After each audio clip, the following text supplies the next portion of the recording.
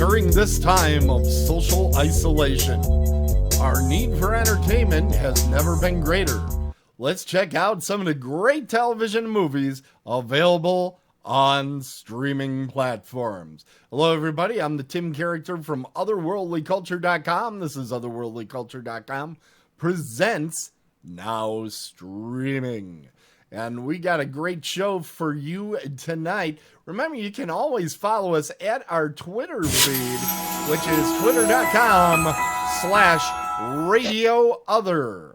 I never remember how loud that thing is. Okay, tonight we have a special. We are going to be doing a double feature. So let's see what we're going to talk about tonight. Let's see what we're going to talk about tonight. Unbelievable.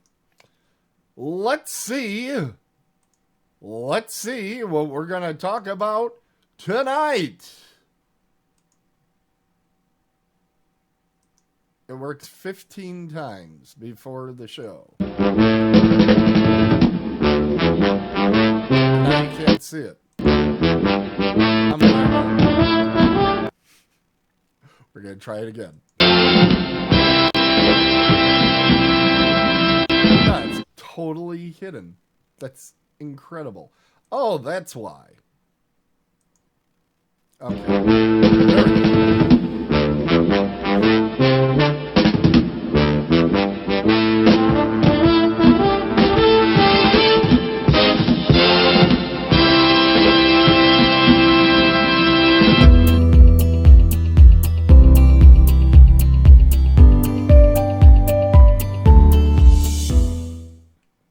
Never has anybody waited so long for so little. Yes, we are in the action genre tonight. And we have some... these are really interesting movies, both featuring the same character, very different movies, and interesting for different reasons. The name of the character that's going to be in both of the movies is Allan Quatermain. Allan Quatermain was a... I don't know if you can say early English literary figure, but he's a literary character from the 19th century. And he is the epitome of when people talk about the Great White Hunter, they're talking about Allan Quatermain. And the first film that we're going to feature is Richard Chamberlain's, probably his biggest movie, King Solomon's Mines.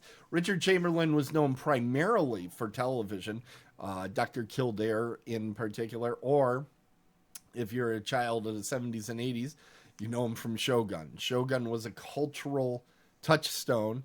It is also the longest book ever.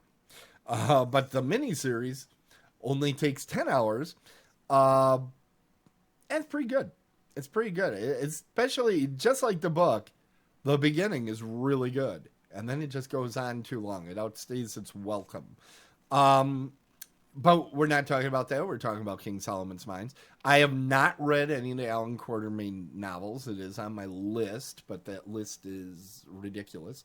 The story of King Solomon's Mines, Allan Quatermain comes back to action to find the lost mines of King Solomon in this rollicking adventure. Richard Chamberlain stars as Quatermain as he searches for the mines, but he has much more to do than to find the lost mines of the greatest king of the Bible.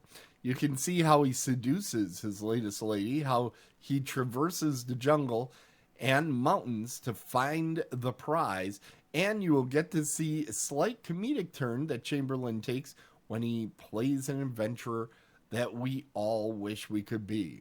The reason, well, probably all men want to be that character. I'm not sure Richard did, because he has a very sexy co-star. He has Sharon Stone, and that's not the team he bats for. And this was one of the earliest things that Sharon Stone was in, certainly in a starring role. And she was to blow up later on with Basic Instinct.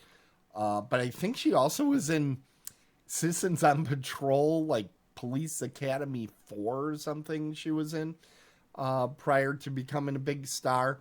This was one of her early big star roles.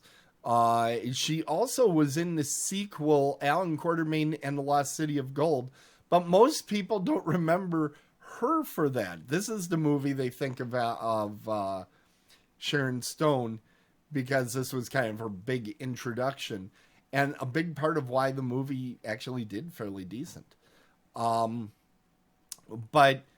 Lost City of Gold features one of the few times you'll see Cassandra Peterson not playing her best known role as Elvira. So if you want to see Elvira do something that is non-Elvira, you would have to find a sequel to this movie. The sequel to this movie, Allan Quatermain and the Lost City of Gold is the name of that one.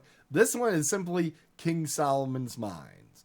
And it's kind of interesting because this was definitely a ripoff of Raiders of the Lost Ark, and it takes the same naming convention. You know, in the first one, you don't have the name of the character, and the second one, you do.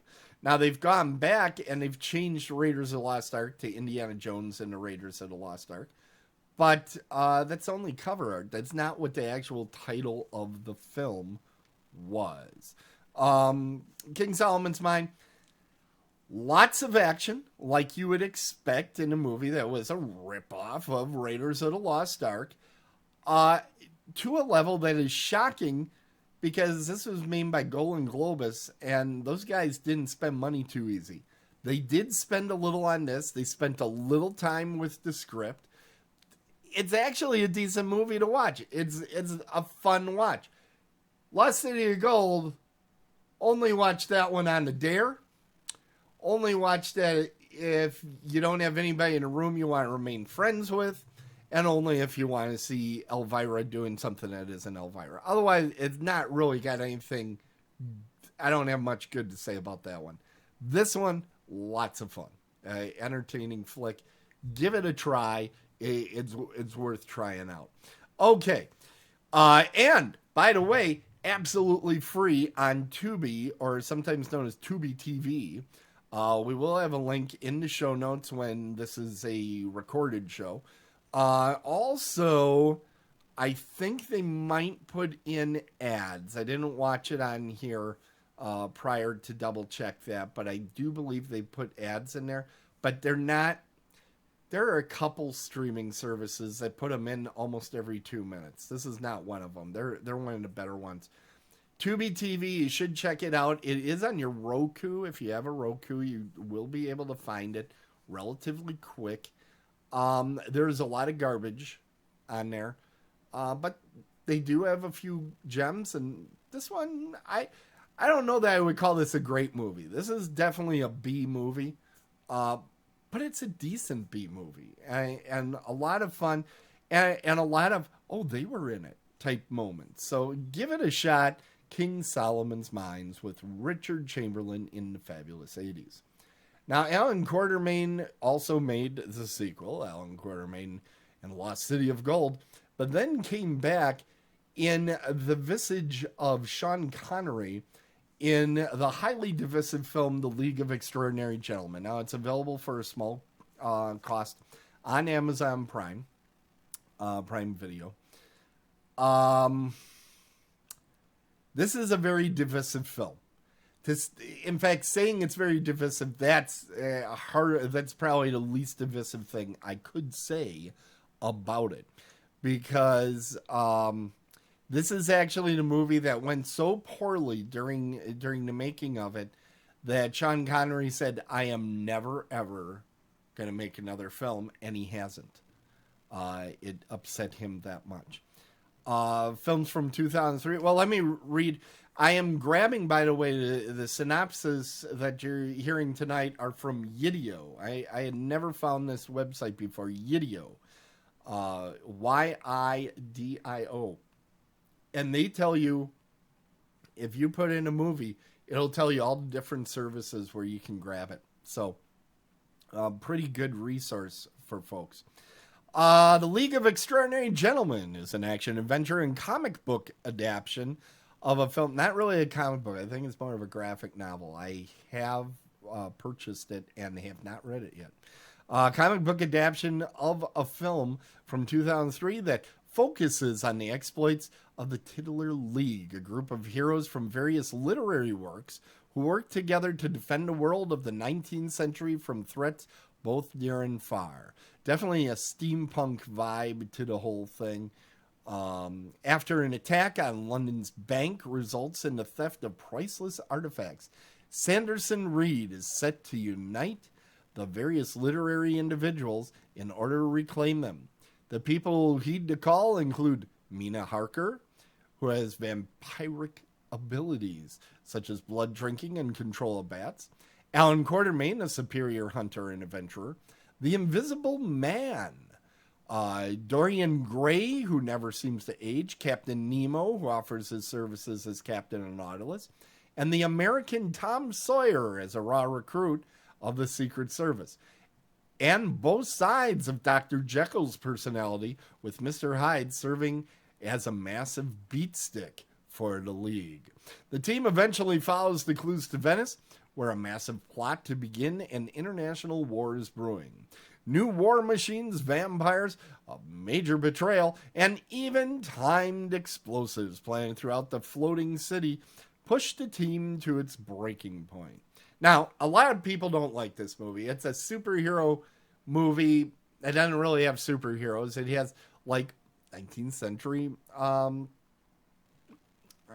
literary characters, which are all in the public domain at this point, so they didn't have to pay much for it. That's kind of why they like this idea. I think it's a great movie for two reasons.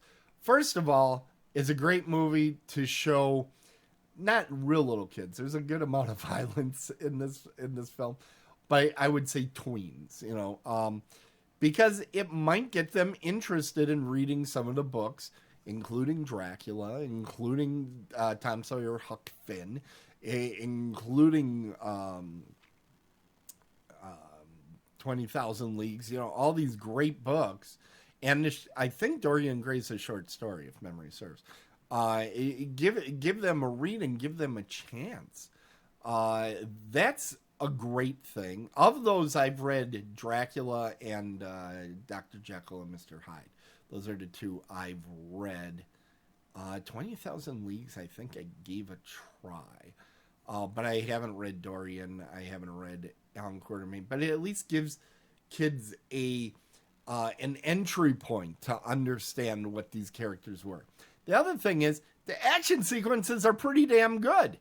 There are car chases and fights and all sorts of things that are really well done. The production values are really good.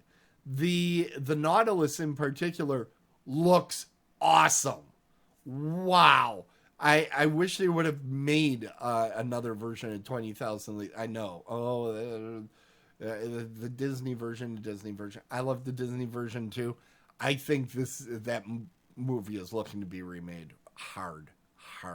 I really think they could do a great one. And there were so many ideas and things that were a part of this movie that made it almost awesome.